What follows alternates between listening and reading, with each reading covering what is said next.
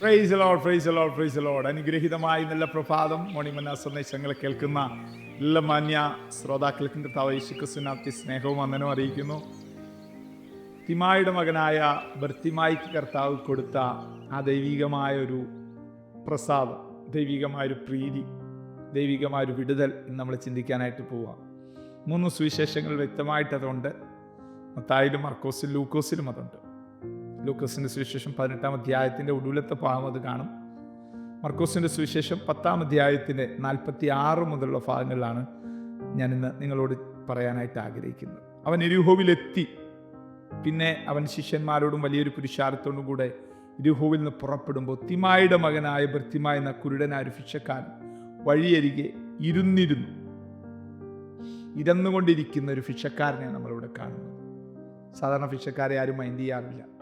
അത് ഏത് കാലഘട്ടത്തിലും അങ്ങനെയാണ്. കാരണം അവരെക്കുറിച്ചൊരു വില പൊതുസമൂഹത്തിനുണ്ട്. മാനുഷികമായിട്ടൊരു വിലയില്ലാത്തവൻ, മാനുഷികമായിട്ട് ഒരു കഴിവുമില്ലാത്തവൻ, മറ്റുള്ളവരുടെ സഹായം കൊണ്ട് ജീവിക്കുന്നവൻ എന്നൊക്കെയുള്ള ഒരു ചിന്ത പൊതുജനത്തിൻ്റെ മുമ്പിൽ വന്നതുകൊണ്ട്, ഉള്ളിൽ വന്നതുകൊണ്ട് ഭിക്ഷക്കാരെ ആരും മൈൻഡ് ചെയ്യാറില്ല. എന്നാൽ ഇവിടെ ബർത്തിമായി നിങ്ങൾ നോക്കിയേ, 47-ാമത്തെ വാക്യം. നസറേനായ യേശു എന്ന് കേട്ടിട്ട് അവൻ ദാവീദ് പുത്ര യേശുവേ എന്നോട് കരുണ തോന്നണമേ എന്ന് നിലവിളിച്ചു തുടങ്ങി. യേശു പോകുന്നത് അവൻ അറിഞ്ഞു. വലിയൊരു പുരുഷാരമാണ് പോകുന്നത്. ഒരിക്കലും ഇല്ലാത്തൊരു പുരുഷാരം ഇന്ന് പോകുകയാണ്. ഇതെന്ത് അപ്പോഴവനൊരു കാര്യം മനസ്സിലായത്, നസറേന യേശു കടന്നു പോകുകയാണ്. വളരെ നാളുകളായിട്ട് അവൻ ആഗ്രഹിച്ച ഒരാഗ്രഹം ഇപ്പോൾ സഫലമാകാൻ തുടങ്ങുകയാണ്. വളരെ നാളുകളായിട്ട് അവൻ ഉള്ളിൽ കൊണ്ടു നടന്ന ഒരു വിഷയത്തിൻ്റെ ഗൗരവമേറിയ ഒരു സമയത്തിലൂടെ ഇപ്പോൾ പോകുന്നത്. അവന് മനസ്സിലായി, ഇന്നൊരു വിടുതൽ കിട്ടിയില്ലെങ്കിൽ ജീവിതത്തിൽ ഒരിക്കലും ഒരു വിടുതൽ കിട്ടാൻ സാധ്യതയില്ല. യേശുവേ ദാവീദ് പുത്ര എന്നോട് കരുണ തോന്നണമേ. നിലവിളിച്ചു തുടങ്ങി. ഈ പ്രഭാതത്തിൽ ഈ സന്ദേശം കേട്ടുകൊണ്ടിരിക്കുന്ന ദൈവമക്കളോട് പറയാം, ദൈവസേനയിലെ നിന്റെ നിലവിളി ഒന്നും വൃഥാവാകത്തില്ല. ദൈവസേനയുടെ കണ്ണുനീരൊന്നും വൃഥാവാകത്തില്ല. നിന്റെ നിലവിളിയുടെ മധ്യത്തിൽ ദൈവത്തിന് കരുണ തോന്നും കേട്ടോ. അടുത്തത്, മിണ്ടാതിരിക്കാൻ പലരും അവനെ ശാസിച്ചു കേട്ടോ. നീ ദൈവത്തോട് നിലവിളിക്കുന്നത് നിർത്തലാക്കാൻ, ഇല്ലായ്മ ചെയ്യാൻ പലരും എഴുന്നേറ്റ് വന്നിരിക്കും. പക്ഷേ നീ അവരെ മൈൻഡ് ചെയ്താൽ പിന്നെ തീർന്നു. നിനക്കറിയാം, യേശുവിൻ്റെ ശ്രദ്ധ എന്നിലേക്ക് ഒന്ന് തിരിഞ്ഞാൽ എൻ്റെ വർഷങ്ങളുടെ വിഷയത്തിനകത്തുള്ള വിടുതല. Thank you Holy Spirit. യേശുവിൻ്റെ ശ്രദ്ധ എന്നിലേക്കൊന്ന് തിരിയുന്ന എന്തെങ്കിലും എനിക്ക് ചെയ്യാൻ കഴിയുമോ? അപ്പോഴവന് മനസ്സിലായി, എനിക്ക് ആകെ ചെയ്യാൻ കഴിയുന്നത് ആ ദൈവസേന നിലവിളിക്കുക എന്നുള്ളതാണ്, ദൈവസേന കരയുക എന്നുള്ളതാണ്. ഞാൻ അതിന് റെഡിയാന്ന് പറഞ്ഞ് ഏൽപ്പിച്ചു കൊടുത്തപ്പോൾ മിണ്ടാതിരിയടാ പുറം കണ്ണ് തുറന്ന് അകം കണ്ണ് അടഞ്ഞിരുന്ന പലരും മിണ്ടാതിരിയടാ എന്ന് പറഞ്ഞവനെ ശാസിച്ചപ്പോൾ അവൻ പറയുന്ന പദം എങ്ങനെയായിരിക്കാം, എൻ്റെ യേശുവിൻ്റെ സാന്നിധ്യം എങ്ങനെ എന്നെ മിണ്ടാതാക്കും, യേശുവിൻ്റെ സാന്നിധ്യം എങ്ങനെ എന്നെ ശബ്ദിക്കാതിരിക്കാനാക്കും. യെസ്, ഏറ്റവും അധികം നിലവിളിച്ചു. പ്രിയ ദൈവവേദലേ, നിന്നെ ഒതുക്കാനായിട്ട് ശത്രു നോക്കുന്ന സകലതും ഷാബാല റഹ്മാന, നിന്നെ ആത്മീകമായിട്ട് ഒതുക്കാനായിട്ട് ശത്രു നോക്കുന്ന സകലതും മുന്നോട്ട് കുതിക്കാനുള്ള ആയുധമാക്കി നീ ഏറ്റെടുക്കണം. മിണ്ടാതിരിയടാ എന്ന് പറഞ്ഞാൽ ഉറക്ക ദൈവത്തെ നീ മഹത്വപ്പെടുത്തണം. യെസ്, ദൈവത്തെ മഹത്വപ്പെടുത്തുന്നതിനെ ആരൊക്കെ തടയാൻ ശ്രമിച്ചാലും അതൊന്നും വിലപ്പോകത്തില്ല. കാരണം ദൈവത്തെ ആരാധിക്കുന്നതിനെയാണ് തടയുന്നത്. ദൈവം അതിൻ്റെ നിയന്ത്രണം ഏറ്റെടുക്കാൻ ഇടയായിത്തീരും. നോക്കിയേ, യേശു നിന്ന് അവനെ വിളിപ്പീനെന്ന് പറഞ്ഞു. കണ്ടോ, അധികം ഫലിച്ചത് കേട്ടോ.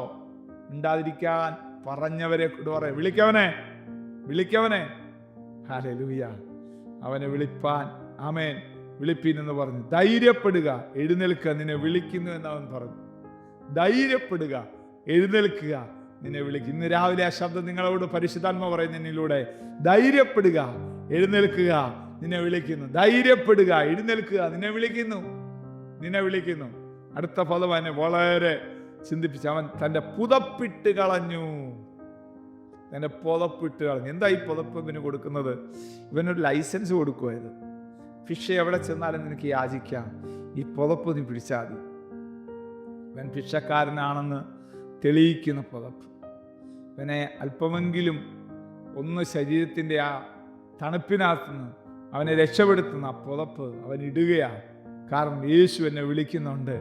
യേശു എന്നെ വിളിക്കുന്നത് എനിക്ക് ആത്യന്തികമായി വേണ്ടുന്ന വിടുതൽ തരാനാ, എനിക്ക് യഥാർത്ഥമായിട്ട് വേണ്ടുന്ന വിടുതൽ തരാനാ. അടുത്ത നിമിഷം പുതപ്പിട്ടും കളഞ്ഞുകൊണ്ട് ചാടി എഴുന്നിട്ട് യേശുവിൻ്റെ അടുക്കൽ വന്നു.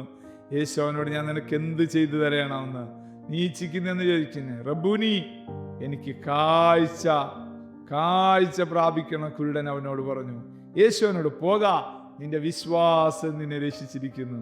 ഉടനെ അവൻ കാഴ്ച പ്രാപിച്ചു. യാത്രയിൽ അവനെ അനുഗമിച്ചു. ഓ ഹല്ലേലൂയ! ഉടനെ, അടുത്ത ദിവസത്തിലോട്ട് പോയില്ല, അടുത്ത മാസത്തിലോട്ട് പോയില്ല. ഉടനെ.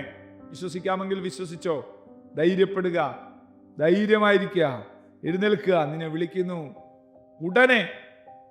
ഈ ദിവസങ്ങളിൽ ചില സഡൻ ആക്ഷനുകൾ നിങ്ങളുടെ ജീവിതത്തിനകത്ത് സംഭവിക്കും. യേശുവേ എന്നൊന്ന് വിളിച്ചോ. നിങ്ങളായിരിക്കുന്നുണ്ട്, യേശുവേ, യേശുവേ, യേശുവേ, എന്നോട് കരുണ തോന്നണമെന്ന് പറഞ്ഞു. ഉടനെ ചില കാര്യങ്ങൾ സംഭവിക്കും കേട്ടോ. ദൈവപിതാവേ നന്ദിയോടെ സ്തുതിക്കുന്നു. അത്ഭുതങ്ങളെ ദൈവം ചെയ്താട്ട്, വിടുതലുകളെ ദൈവം പകർന്നാട്ട്, ദൈവ സാന്നിധ്യത്തെ ദൈവം കൽപ്പിച്ചാട്ട്, സന്ദേശം കേൾക്കുന്ന എല്ലാവരുടെയും ജീവിതത്തിനകത്ത് ഭയങ്കരമായ ദൈവപ്രവൃത്തി കാണുവാൻ സ്വർഗം സഹായിക്കണം പ്രാർത്ഥിക്കുന്നു. യേശുവിൻ നാമത്തിൽ തന്നെ ആമേൻ. God bless you. ദൈവം നമ്മെ അനുഗ്രഹിക്കട്ടെ. Price the Lord. മോർണിംഗ് മന്ന സന്ദേശം ശ്രവിച്ചുകൊണ്ടിരുന്ന എല്ലാ ദൈവമക്കൾക്കും സ്നേഹവന്ദനം. പാസ്റ്റർ ബിനു വട്ടപ്പാറ. ഈ ദൈവവചന സന്ദേശങ്ങൾ തുടർമാനമായി ലഭിക്കുന്നതിനായി 9745600023 എന്ന വാട്സാപ്പ് നമ്പറിൽ ബന്ധപ്പെടാവുന്നതാണ്. നമ്പർ ഒരു പ്രാവശ്യം കൂടി ആവർത്തിക്കുന്നു: 97 45 60 00 23.